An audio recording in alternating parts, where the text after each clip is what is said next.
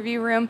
Cameron, not how you wanted to end it here, just some opening thoughts before we roll into questions. I think I played really nicely. I was a million under for the week. I think I maybe made 3 bogeys for the tournament. So I think my game's in a great place. Obviously frustrating to lose this afternoon, but I mean, it's really easy to think that you're so close. There's only one guy standing between you and winning a tournament, but that one guy is Sam Burns playing pretty well. So it's never an easy one. With that, we'll roll into questions. Just raise your hand and we'll get a mic over to you. We'll go with Doug, the Associated Press. It's all the same for everyone, I guess, Cam, but this was your first go-round getting this far deep. Is it difficult at all to keep, especially with a high-intensity match with Rory, to kind of keep that going? And is it possible that when you start slipping, that you start slipping fast? It can be hard. I feel like I did actually a pretty good job of that. I didn't play poorly this afternoon. I mean, I think I was 3 under par or 2 under par. I think 2. Sam obviously made that look bad, but I don't think I actually really played poorly. I just didn't get a ton out of it. I missed a bunch of putts that I hit where I meant to. Just struggled reading them a little bit. So yeah, that's it. You can get the mic over to him. Of your close calls, is this the least disappointing just because of the nature and the way you played all week? That's not the best question. I mean, they're all disappointing. I don't know.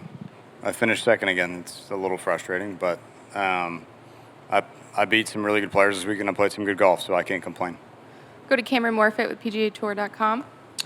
Cameron, this was your first week with Paul, and Yeah. he's quite a talker, and you're a little on the quiet side. Is that partly why you guys got along so well, or how would you explain the chemistry and why you got along so well, and obviously the 27 for your first 9 holes together? That was a nice start. No, I think it was really easy just because I've played so much with Webb, with him on the bag.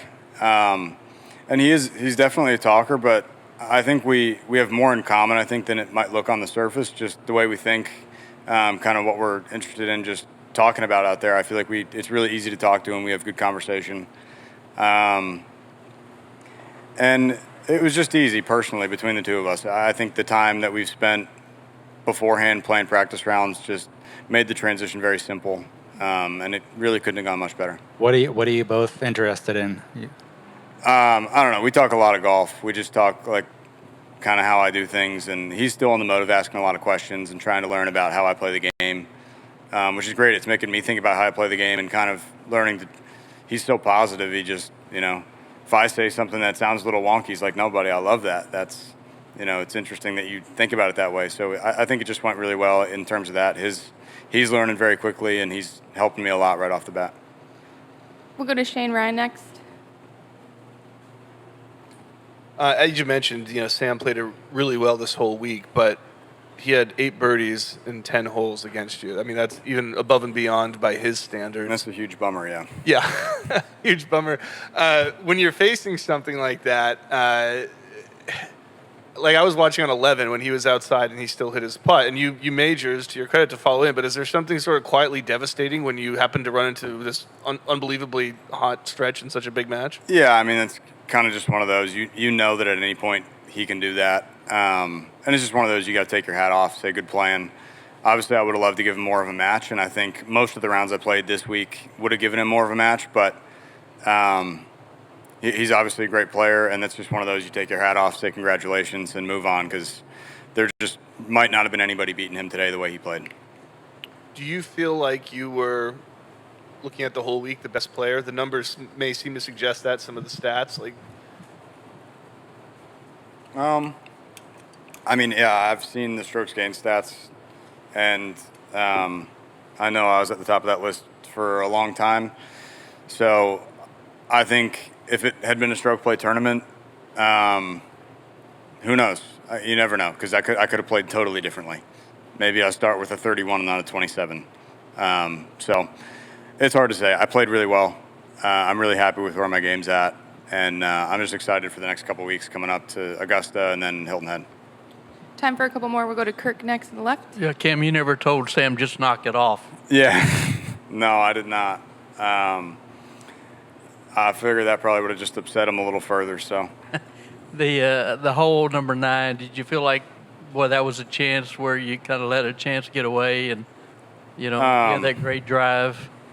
yeah, I mean, I felt like that kind of on every hole. I feel like I missed a putt on every hole for quite a while there. 9, I was happy with. Honestly, I hit a really good putt. I just overread it a little bit. And the shot to get there, I was in I don't know if they showed it on TV, I was in a pretty deep divot in the fairway. Right. I mean, hit a perfect drive, and it was just one of those days. But happy that I didn't complain, just kept my head down, hit the shot, and missed the putt. But I hit a good putt, so I can't complain about that. And lastly, how do you feel like this prepares you and gives you some confidence for, the majors, since you've obviously had some success in the majors? Yeah, it's a part of the year that I really like. I mean, starting with really Phoenix, you get Phoenix, Riviera, and then Bay Hill players here, Augusta. It's just a great run of golf. So I think it's a really nice time for me to be getting comfortable with my game, and I'm just really happy with where I'm at the moment. We'll go to Abraham and then finish with Doug. Yellow polo over there. Growing up watching the World Golf Championships, what are your best memories and about those tournaments and especially the match play? Yeah, well, I think as a kid, that was right around the time when Tiger just won all of them. So I mean, I remember watching this one a bit. More so the last few years when it was at this golf course. I remember more about that, but no, it's something that I kind of saw as a kid. Not quite like the majors, but they were their own thing that was really cool. They kind of filled a unique space, and it's been really fun the last 2 years getting to come play this one. Unfortunately, the only one left. But it's been a lot of fun. It's a different experience. You get the best 64 players in the world in one place, and it's just been a lot of fun competing. You just know every year this is who you're going to get, and it's just fun testing yourself against that group of guys. We'll end here with Doug. Probably meaningless at this point now, but I'm really curious about the 12th hole, the extra hole. Yeah. It's Rory this morning. I mean, 170 for your third doesn't look like an ideal spot, but I don't know what kind of, what was the lie like in the bunker, and just if you can talk about the hole. Yeah, I was really proud of that one, honestly. I hit the same tee shot 3 rounds in a row, which is, I think I screamed something that shouldn't be repeated off the 12th tee against Sam. But yeah, it got under that. That bunker is fine. It just got under the lip, kind of in the far right end of it, which is really unfortunate. So I just hacked it out. That was my only play. And I think I had a very similar shot to a similar hole location last year. Same wind. And Paul was kind of like, I don't know if you can stop it. And it just was one I knew I could. It was a really good number.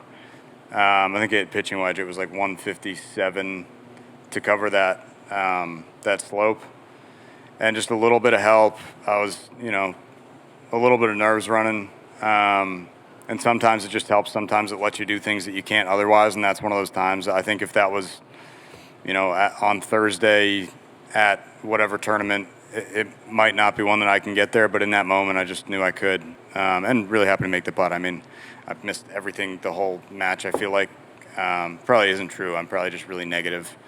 But, yeah, just really happy to see that one go in and, get to keep playing. Is there any favorite moment for you this week? There's a lot of talk about the 9th race to start your tournament. Yeah. Yeah, that was definitely cool. It was just a really cool start with Paulie. Honestly, I think the match with Rory was really cool. I was 2 down for it felt like an eternity. But just kind of kept doing what I thought was best on every shot. And eventually